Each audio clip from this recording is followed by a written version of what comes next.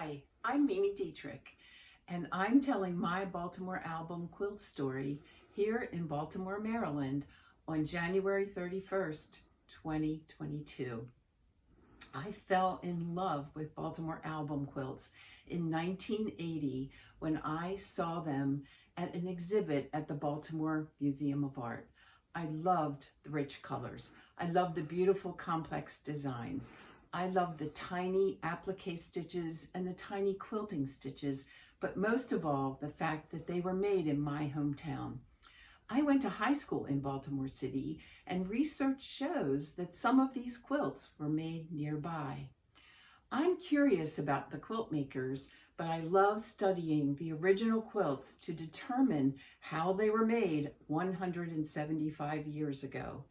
An aha moment occurred for me when I saw an 1850s quilt top appliqued with only one color of cream thread, rather than the many colors we use to match the applique pieces today.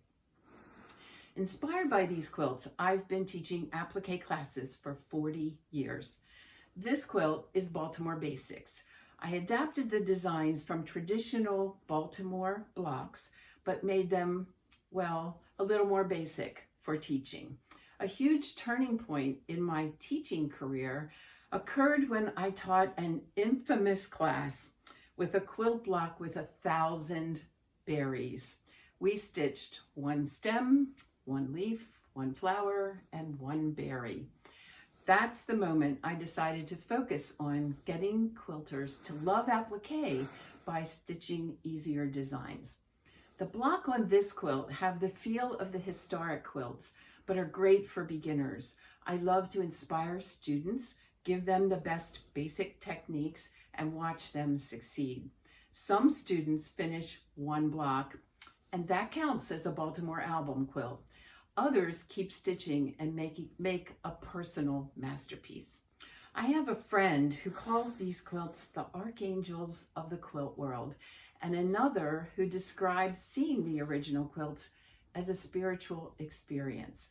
I love that I'm inspiring students to start to applique and recreate quilting history here in my hometown, Baltimore.